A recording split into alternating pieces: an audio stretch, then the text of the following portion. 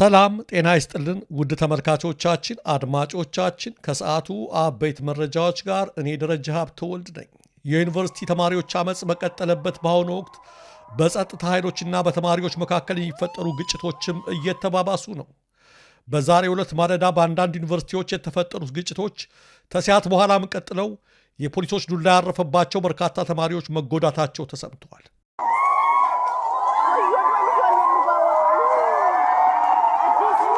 ተቃውሞ ወደ ሌሎች ዩኒቨርሲቲዎችም በፍጥነት እየተዛመተ በመሆኑ የተቃውሞ እንቅስቃሴ ወደ ሌላ ህዝባዊ አመጽ እንዳያመራ የሰጋው የብልጽግና አገዛዝ በርካታ የፖሊስና የጸጥታ አካላትን ወደ ዩኒቨርሲቲዎች ማጓጓዝ መጀመሩን የደረሱ መረጃዎች ያመለክታሉ። በተለይ ዛሬ ከሰዓት በኋላ ጀምሮ በኦሮሚያ ክልል ወደሚገኙ ዩኒቨርሲቲዎች በርካታ ፖሊሶች እየተጓጓዙ መሆናቸውን ነው መረጃዎች የሚያመለክቱት። ምክንያቱም እነዚህ ተቃውሞዎች ሌላ ህዝባዊ አመጽን ይወልዳሉ የሚል ስጋት አሳድረዋል። የጤና ባለሙያዎች፣ መምህራን፣ የመንግስት ሰራተኞችና ሌሎች ህብረት ክፍሎች ተቃውሞ ሲያነሱ መቆየታቸው ይታወቃል። የአሁኑ የዩኒቨርሲቲ ተማሪዎች ተቃውሞ በዚህ ደረጃ እየተባባሰ መቀጠሉ ሌላውንም የህብረተሰብ ክፍል ያካትታል በሚል ስጋት በርካታ ፖሊሶች ወደ ዩኒቨርሲቲ ቅጥር ግቢዎች ዙሪያ እንዲሰማሩ እየተደረጉ ይገኛሉ ከዛሬ ጀምሮ። የሐውጃኖ ክፍለ ጦርና አሳምነው ክፍለ ጦር አህዶች በጥምረት ጮቢ በር ላይ ባደረጉት ተጋድሎ ታላቅ ድል ማስመዝገባቸውን አስታወቁ። ምስራቅ አማራ ኮር 1 የሐውጃኖ ክፍለ ጦርና አሳምነው ክፍለ ጦር አህዶች በጥምረት ህዳር 8 ቀን 2018 ዓ.ም ከቀኑ 9 ሰዓት ጀምሮ ራያ ቆቦ ጮቢ በርና አዩባ አካባቢ ባደረጉት ተጋድሎ በርካታ ያገዙ ኃይል ሙትና ቁስለኛ በማድረግና የማጥቃት እቅዱን በማክሸፍ ታላቅ ድል ተጎናጽፈዋል ሲል የህዝብ ግንኙነት ክፍሉ አስታውቋል። የብልጽግና ሰራዊት ከመሸገበት ጮቢ በር ወደ እዩብ በመንቀሳቀስ በመድፍ በቢኤም በሞርተር በዙ 23 ለማጥቃት የሞከረ ቢሆንም የሁለቱ ክፍለ ጦር አህዶች በጥምረት ባደረጉት መከላከልና የመልሶ ማጥቃት እርምጃ የመከላከያ አመራሮችና የቡድን መሳሪያ ተኳሾችን ጨምሮ በርካታ ኃይላቸውን ሙትና ቁስለኛ በማድረግ ቀሪውን ወደ መጣበት ጮቢ በር መልሰውበታል ብለዋል የህዝብ ግንኙነት ክፍሉ። ከቀኑ 9 ሰዓት ጀምሮ እስከ ምሽት 2 ሰዓት ተኩል ድረስ በዘለቀው በዚህ ተጋድሎ በርካታ ሰራዊት የተመታባቸው የአገዛዙ ጦር አዛዦች በአምቡላንስና በኦራል ቁስለኞችን ወደ ወልዲያ ሲያመላልሱ ማምሸታቸውንም ህዝብ ግንኙነት ክፍሉ ጨምሮ ገልጿል። በተጋድሎ ከባድ ሽንፈት የደረሰበት የአገዛዙ ኃይል ወደ ራያ ቆቦ፣ አማያ፣ አዲስ ዓለም፣ ቢጭሮ፣ ራያ አላማጣ፣ ኩቢ፣ ቀረንሳና ቦታ ማርያም ወደ ተባሉ ቦታዎች ህዝብ ወደሚበዛባቸው የመኖሪያ አካባቢዎች የተለያዩ ከባድ መሳሪያዎችን በማስወንጨፍ በሶስት ሰዎች ላይ ጉዳት ማድረሱም ተመልክቷል። ጉዳዩን አስመልክቶ እስካሁን ከመከላከያ በኩል የተሰጠ መግለጫም ሆነ አስተያየት የለም። ሸገር ሲቲ ከተማ ሚሊሻዎች ወጣቱን በግዳጅ እያፈሱ ነው ተባለ። በስራ ማጣት በችግር በተስፋ መቁረጥ ውስጥ እንዲኖር የተፈረደበት ወጣት ቤት ውስጥ ተቀምጦ እንኳን ሊተውት አልፈለጉም። በየቤቱ የዞሩ አፍሰው ወደ ውትድርና ሊልኩት አሁንም አፈሳው ተባብሷል ነው የሚሉት።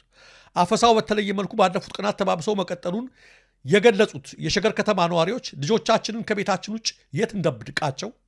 ልጆቻችንን ከቤታችን ውጭ የት እንደብቃቸው? ሀብታሞች በገንዘባቸው እየተደራደሩ ልጆቻቸውን ሲያስቀሩ የእኛ የድሆቹ ልጆች ታፍሰው ታጉረዋል። የእነሱ የስልጣን ፍትጊያ በቀጠለ ቁጥር የድሃ ልጆቻችን ደም እየፈሰሰ እንዲቀጥል ተፈርዶብናል። በአሁኑ ሰዓት ልጆቻቸው የታፈሱባቸው በርካታ ወላጆች እያለቀሱ ነው። እባካችሁ ድምፃችሁን አሰሙልን ሲሉ ጥሪ አቅርበዋል። እነሆኛም ድምፃችሁን አሰምተናል። ሌላው ተመልካቾቻችን፣ አድማጮቻችን በአዲስ አበባ የንግድ ድርጅቶችን ማሸጉ አሁንም እንደቀጠለ ነው። በተለይ በመርካቶ አካባቢ በርካታ የንግድ ቤቶችም ትናንትናና ዛሬ ሲታሸጉ መዋላቸው ነው የተሰማው። የተለያዩ ምክንያቶችም በመስጠት ንግድ ቤቶችን ማሸግ፣ መቅጣት አሁንም የተለመደ ሆኗል። የንግድ ማህበረሰቡም ምሬቱን መግለጹ እንደቀጠለ ነው። የሰሞኑን ተቃውሞ ይቀላቀላሉ ተብለው ከተገመቱት መካከል የንግዱ ማህበረሰብ አባላት ይሆናሉ ተብሎ ነው የሚጠበቀው።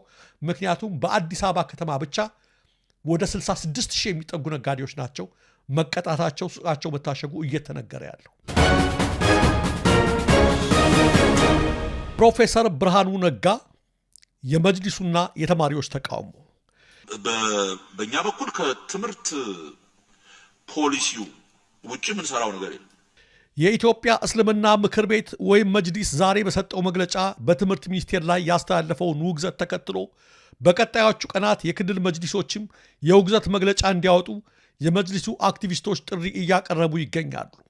አስቸኳይ ጥሪ በሚል ርዕስ አክቲቪስቶቹ ባስተላለፉት ጥሪ የሚከተለውን ነው ያሉት። አስቸኳይ መልእክት ለሁሉም የክልሎችና የከተማ መስተዳድር መጅሊሶች እንዲሁም ኢስላማዊ ተቋማት በሙሉ የተላለፈ ጥሪ። የትምህርት ሚኒስትርና ሚኒስትሩ በተለያዩ ጊዜያት በሚዲያና በተለያዩ መድረኮች ላይ የሙስሊም ሴት ተማሪዎችን የእምነት አለባበስ አስመልክቶ የሚሰጡት አስተያየቶች፣ የሚወሰኑ ውሳኔዎች፣ የሚወሰዱ እርምጃዎችና እየተወሰዱ ያሉ አቋሞች የህዝበ ሙስሊሙ መብት በእጅጉ የሚጋፉና በህገ መንግስቱ አንቀጽ 27 የተደነገገውን የሃይማኖት የእምነትና የአመለካከት ነጻነት መብት ጋር የሚጋጭ በመሆኑ የመላው ህዝባችንና የኢትዮጵያ ሙስሊሞች ወኪል የሆነው የኢትዮጵያ እስልምና ጉዳዮች ጠቅላይ ምክር ቤት አውግዟል። በመሆኑም ይህ የህዝባችን ሮሮ እና ህገ መንግስታዊ ጥሰትን በማውገዝ በተማሪዎቻችን ላይ ከዚህ ቀደምም አሁንም የታቀደውን የመብት መተላለፍ በመቃወም በወደፊት ተማሪዎቻችንና ትውልዱ ላይ የሚጫነውን ሸክም የማቅለልና ነጻነት የመቀዳጀት መንገድ በመሆኑ ሁሉም የክልልና የከተማ መስተዳድርን ጨምሮ ማናቸውም ኢስላማዊ ተቋማት በአንድነት እንድታወግዙና መግለጫ በማውጣት ኃላፊነታችሁን እንድትወጡ እንጠይቃለን የሚል ጥሪ እየቀረበ ነው። በመሆኑም በቀጣዮቹ ቀናት የክልል መጅሊሶችም ትምህርት ሚኒስቴርን ያወግዛሉ ተብሎ ይጠበቃል። ለመሆኑ በሂጃብና ኒቃብ ጉዳይ በናዝሬት አዳማው የትምህርት ጉባኤ ላይ የትምህርት ሚኒስትሩ ምንድን ነበር ያሉት? በእኛ በኩል ከትምህርት ፖሊሲው ውጭ የምንሰራው ነገር የለም። በትምህርት ፖሊሲው ሂጃብ መልበስ የተከለከለ ነገር የለውም። ሂጃብ ማንም ሰው መልበስ ይችላል። በንቃብና በሂጃብ መካከል ያለው ልዩነት ይታወቃል። የሴኩሪቲ ኢሹ ስላለው ሰው ማንነቱ ሳይታይ ትምህርት ቤት ውስጥ መግባት አደጋ ሊፈጥር ይችላል በሚል ከሱ ውጪ በሂጃብ ደረጃ የተከለከለ ነገር የለም። ማንም ይሄ የሚከለክለው አዋጅ የለም። ይሄ የሚከለክል ደንብ የለም። ይሄን የሚከለክል መመሪያ በትምህርት ሚኒስቴር በኩል ይወጣ ነው። ይሄ ኢሹ አይደለም። ለምን ኢሹ እንደሚሆን እርግጠኛ አይደለም። ሌላ ምክንያት ከሌለው በቀር በዚህ በኩል የሙስሊም ወገኖቻችን ኃላፊዎች መጥተው ተነጋግረን ተወያይተን በዚህ ላይ ግልጽ የሆነ አቋም ትምህርት ሚኒስቴር ያለው ይሄን ያልተረዱ ካሉ እንዲረዱ እንፈልጋለን። እንደሰማችሁት ፕሮፌሰር ብርሃኑ የሚመሩት መስሪያ ቤት የመንግስትን ሕግንና ፖሊሲ አስፈጻሚ እንጂ ራሱ አውጥቶ የሚተገብረው ነገር እንደሌለ በግልጽ ቢናገሩም በዩኒቨርሲቲ ተማሪዎችም ሆነ በመጅሊሱ በኩል የተነሳው ተቃውሞ በተለየ መልኩ እርሳቸው ላይ ብቻ አነጣጥሯል። ዋነኛው ፖሊሲ አውጪውና አዛዡ ጠቅላይ ሚኒስትሩ ሳያውቁት ወይም ሳይፈልጉት የሚተገበር ነገር እንደሌለ ቢታወቅም የመጅሊስ አመራሮች ግን በግልጽ መንግስታችን መብታችንን አክብሯል፣ ያስቸገረን የትምህርት ሚኒስቴር ነው በማለት ፕሮፌሰሩ መስቀሉን ብቻቸውን እንዲሸከሙ ፈርደውባቸዋል። የዩኒቨርሲቲ ተማሪዎችም እንዲሁ ዳውን ብርሃኑ በማለት ነው ለብቻቸው ስቅላት የፈረዱባቸው። ከጠቅላይ ሚኒስትሩ ጋር የሚቀራረቡት የአዲስ አበባ ዩኒቨርሲቲ የፍልስፍና መምህሩ ዶክተር ዳኛቸው አሰፋም የዛሬ ዓመት አካባቢ ይህም ብለው ነበር። እኔ ፐርሰናል የሆነ ወቀሳ ማንም ላይ ለማድረግ አልመጣሁም። ኤሪትሪያ በረሃ ላይ ብረት ይዞ ኮማንደር ነኝ ብሎ ሲያዋጋ የነበረ ሰው አምጥተህ ትምህርት ሚኒስቴር ስትል ትምህርት እንደወደቀ እኔ አውቀዋለሁ። እናንተ እንደፈለጋችሁ የሽምቅ ውጊያ ሳዋጋ ከረምኩ የሚል ሰው የትምህርት ሚኒስቴር የምናደርግ ሰዎች። ከዚህ አኳያ የትምህርት ሚኒስትሩ ላይ የተከፈተው ዘመቻ ከብልጽግና መሪዎች ጋር በስውር የተቀናጀ ሳይሆን እንዳልቀረ የብዙዎች ግምት ሆኗል። አምባገነኖች የፈለገውን ያህል ብታገለግላቸው አገልግሎትህን የጨረስክ ሲመስላቸው እንደ ሸንኮራ ልጣጭ ወርውረው በውርደት ሲጥሉህ ቅንጣት ያህል ስብዕና አይሰማቸውም።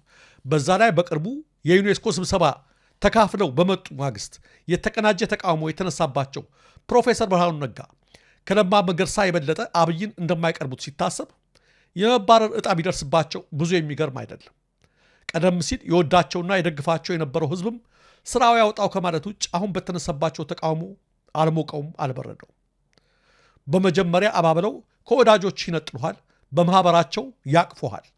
ቀጥለው በእነሱ የስህተት መንገድ አሰልፈው ብዙ ጥፋቶችን ያሰሩሃል። በመጨረሻም ከወዳጆች ጋር ላትታረቅ እንዳፋቱ ሲያረጋግጡ ከማህበራቸው አባረው ብቻህን ያቆሙሃል።